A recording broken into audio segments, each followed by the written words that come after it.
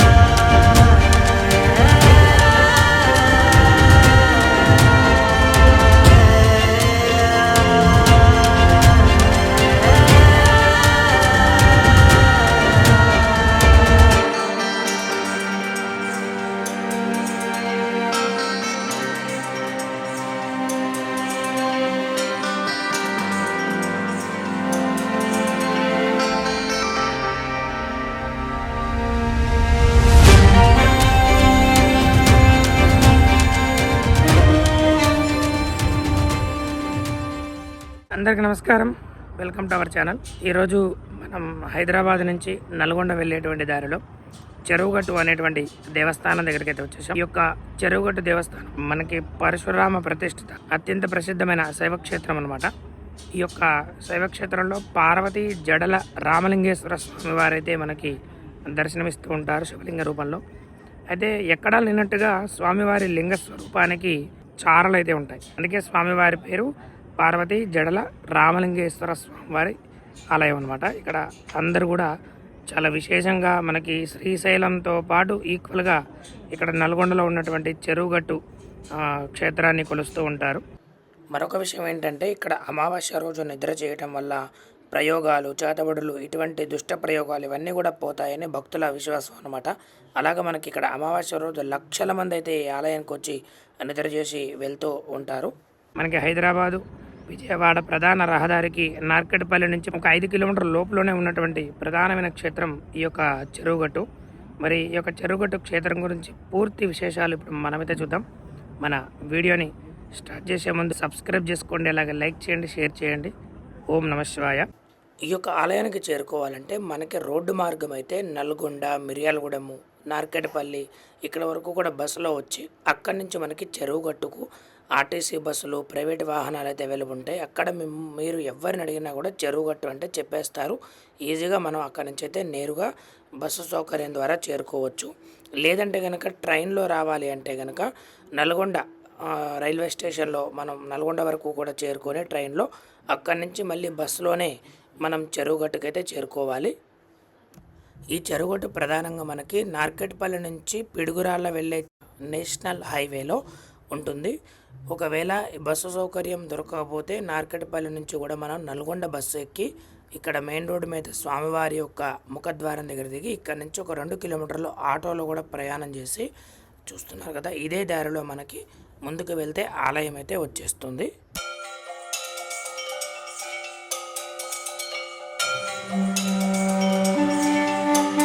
చూస్తున్నారు కదా, ఇదే చెరువుగట్టు ఆలయం యొక్క కింద ప్రదేశం, కొండ కింద ప్రదేశం. నడకదారిలో వెళ్ళే వాళ్ళు ఇక్కడ నుంచే మనకి నడక దారి అయితే ప్రారంభం చేస్తారు. ఈ నందీశ్వరుడు అలాగే ప్రధాన ఆలయ రాజగోపురం గుండా మనం మెట్లు ఎక్కి పైకి అయితే వెళ్ళాలి. మనం కార్ని డైరెక్ట్గా కొండపైకి ఎక్కిస్తున్నాము. ఇక్కడ మనకి పైకి వెళ్ళడానికి 50 రూపీస్ కార్కి అయితే ప్రైస్ తీసుకున్నారు. చెరువుగట్టు వచ్చేవాళ్ళు పైకి అంటే కొండపైకి ఎక్కడానికి ఒక 1.5 లేదా 2 కిలోమీటర్ల పాటు మనం ఘాట్ రోడ్డు ప్రయాణం అయితే చేయాలి.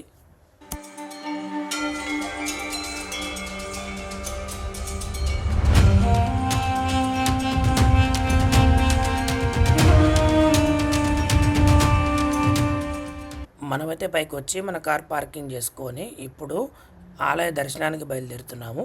ఆలయ దర్శనానికి వెళ్ళేటప్పుడు కిందనే మనకి ఒక కోనేరు అయితే ఉంది. ఇక్కడ భక్తులందరూ కూడా స్నానాలు చేయటం, అలాగే కాలు చేతులు కడుక్కోవడం ఇవన్నీ కూడా చేస్తూ ఉన్నారు. చూస్తున్నారు కదా, ఇక్కడ మనమంతా కూడా ముందే శుద్ధి చేసుకొని ఆలయ దర్శనానికి అయితే వెళ్తూ ఉండాలి.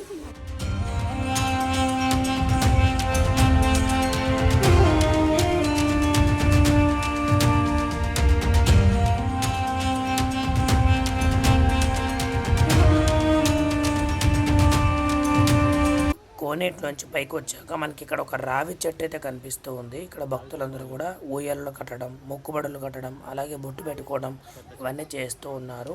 చూడండి, ఇక్కడ నుంచి మనం ఇప్పుడు దర్శనానికి వెళ్ళాలి. అలాగే ఇక్కడ మనకి దూరం నుంచి అయితే లాకర్స్ రూము, అలాగే స్వామివారి యొక్క కళ్యాణ మండపం, అంటే నిత్య కళ్యాణం కూడా జరుగుతూ ఉండొచ్చు. అందుకని మనకి ఇక్కడ కళ్యాణ మండపం, అలాగే ఎక్కువ లగేజ్ ఎవరైతే తెచ్చుకుంటారో వాళ్ళందరికీ కూడా మనకి లాకర్స్ రూమ్ కూడా అవైలబిలిటీ ఉంది. అక్కడ పెట్టేసి మనం వెళ్ళి స్వామివారి యొక్క దర్శనానికి అయితే వెళ్ళి రావచ్చు.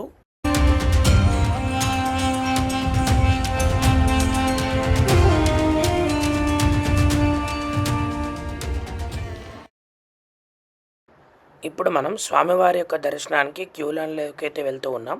ఇక్కడ మనకి 150 రూపీసు, అలాగే ఫ్రీ క్యూ లైన్ దర్శనం కూడా మనకి అవైలబుల్ ఉంది. ఇక్కడ మనం వచ్చిన రోజు నార్మల్ రోజు కాబట్టి, వీక్ డేస్ కాబట్టి ఇలా ఖాళీగా ఉంది. కానీ వీకెండ్స్ అయినా అమావాస్య, పౌర్ణమి, పండుగ దినాల్లో వచ్చినట్లయితే ఖచ్చితంగా భక్తులు ఎక్కువగా ఉంటారు. దర్శనానికి చాలా సమయం అయితే పడుతుంది.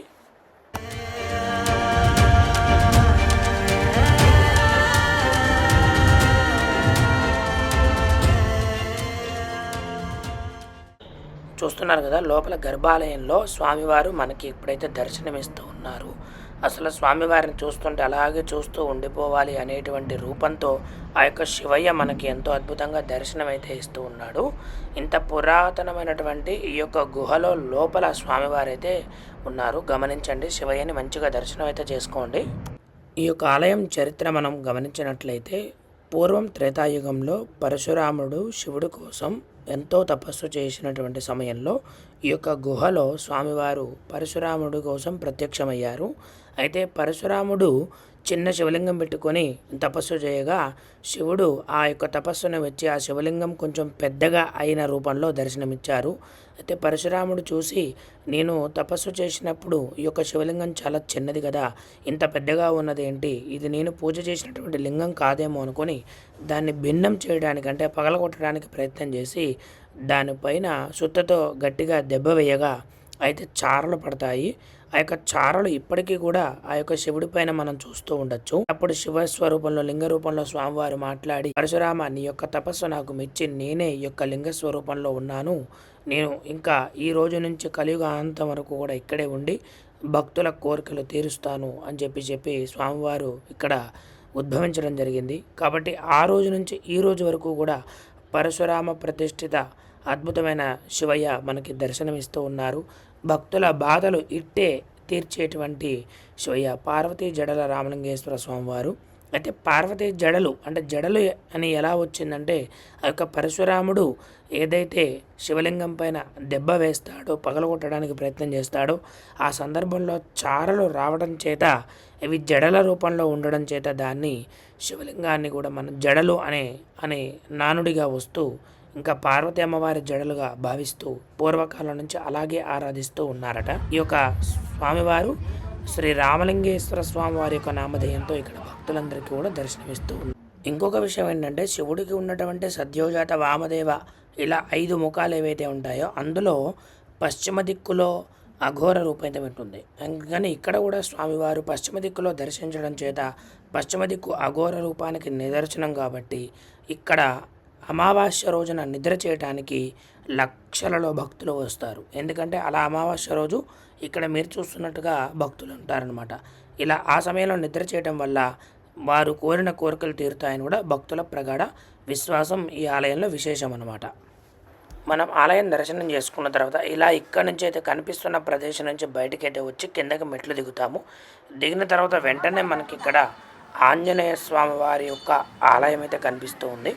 ఒక గట్టు పైన చాలా అద్భుతంగా అటుపక్క ఇటుపక్క విశాలమైనటువంటి ప్రదేశంలో మనకి ఆహ్లాదకరమైన వాతావరణంలో ఆంజనేయ స్వామి వారు అయితే దర్శనమిస్తారు.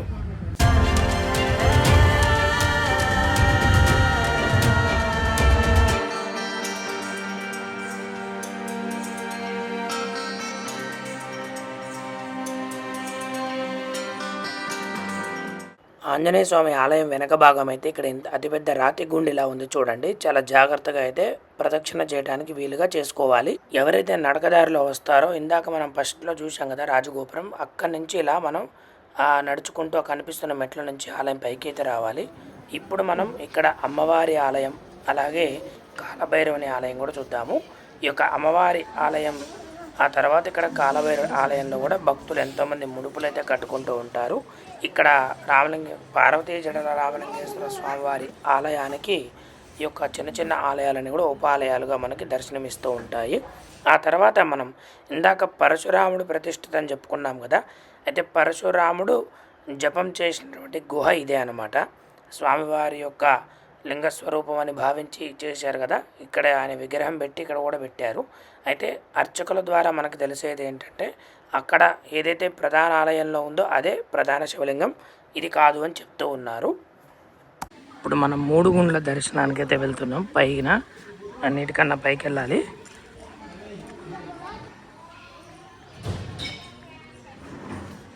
ఇప్పుడు మనం ఇంత పైకి అయితే ఎక్కాలి. పదండి.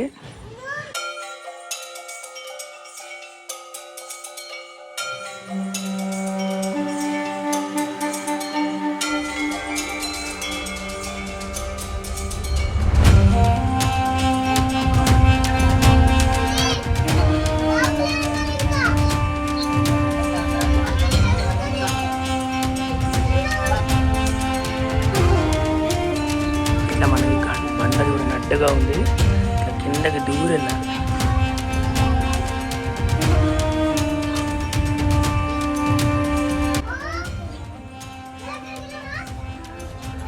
చూస్తున్నాం కదా, ఇంత చిన్న సందు నుంచి మనం పైకి వచ్చామన్నమాట. ఇక్కడైతే అంత డస్ట్ ఉంది. ఈ పాలు అవన్నీ పోయటం వల్ల వాసన అయితే బ్యాడ్గా వస్తుంది. అసలు చాలా ఘోరంగా అయితే స్మెల్ వస్తుంది అన్నమాట. చూస్తున్నారు కదా, ఇంకా మనం అంత పైకి ఎక్కాలి. అలా కింద నుంచి వచ్చాము, ఇప్పుడు మళ్ళీ ఇలా పైకి ఎక్కాలి. అక్కడ భక్తులు ఎక్కుతున్నారు చూడండి.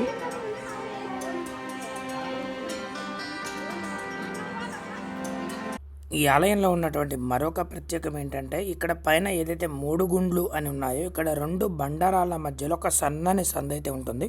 దీనిని మోక్షగుండం అని అయితే అంటూ ఉంటారు. భక్తులందరూ కూడా ఈ 2 బండరాళ్ళ మధ్య సందులో నుంచి చాలా కష్టపడి భక్తితో ఓపికతో అవతలకి వెళ్ళడానికైతే ప్రయత్నం చేస్తూ ఉంటారు. ఇక్కడ మనం గమనిస్తున్నట్టు మధ్యలోకి వెళ్ళేసరికి చాలా ఇబ్బందికరంగా అవుతుంది.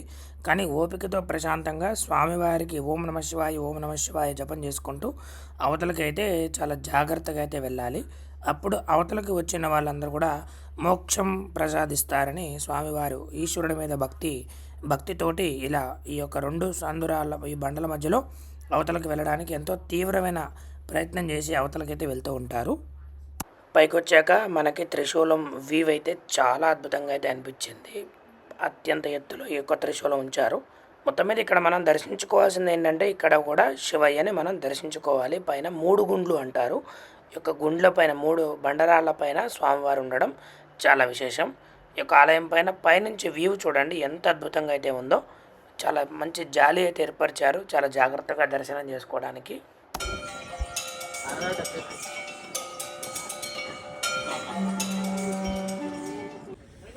ఇది ఎక్కేటువంటి దారి ఎంతైతే కఠినంగా ఉంటుందో దిగేటువంటి దారి కూడా అలాగే ఇబ్బందికరంగా ఉంటుంది. చాలా జాగ్రత్తగా అయితే దిగాలి మనం. చూస్తున్నారు కదా, ఇలా అంతా కూడా కొండలు బండరాళ్ళ మధ్యలో అయితే ఈ యొక్క స్వామివారి దర్శనం మనకు జరుగుతూ ఉంటుంది.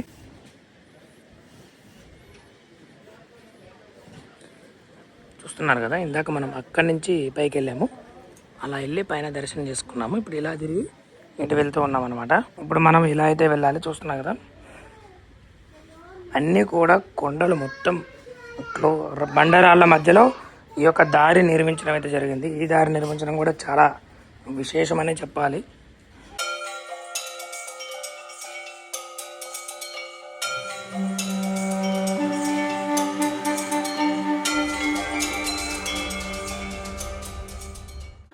ఇరుకైనటువంటి బండరాళ్ళ మధ్యలో మనం దిగేటప్పుడు కూడా చాలా ఇబ్బందికరంగానే జాగ్రత్తగా అయితే దిగాలి. వచ్చేటప్పుడు కూడా మనకి ఇటువంటి బండరాళ్ళు ఎదురయ్యాయి. ఇప్పుడు కూడా రెండు బండరాళ్ళ సందులో చాలా జాగ్రత్తగా, బక్కగా ఉన్న వాళ్ళు ఈజీగా వెళ్ళిపోతారు, కొద్దిగా లావుగా ఉన్న వాళ్ళైతే జాగ్రత్తగానే చూసుకొని వెళ్ళాలి. పైన తగులుతూ ఉంటాయన్నమాట. మొత్తం మీద మనం కిందకైతే వచ్చేసాం. మొత్తం మీద మనం గుండ్ల దగ్గర నుంచి 3 గుండ్ల దగ్గర నుంచి అయితే కిందకి దిగేసాం. చాలా అంటే భక్తులు ఎక్కువగా ఉన్నప్పుడైతే కొంచెం కష్టమనే చెప్పాలి. మామూలు సమయం అయితే ఖాళీగానే ఉంది. చూశారు కదా చెరువుగట్టు వీడియో. ఈ యొక్క ఆలయం మీకు నచ్చినట్లయితే తప్పకుండా వీడియోని లైక్ చేసి షేర్ చేయండి, సబ్స్క్రైబ్ చేసుకోండి. ఓం నమః శివాయ.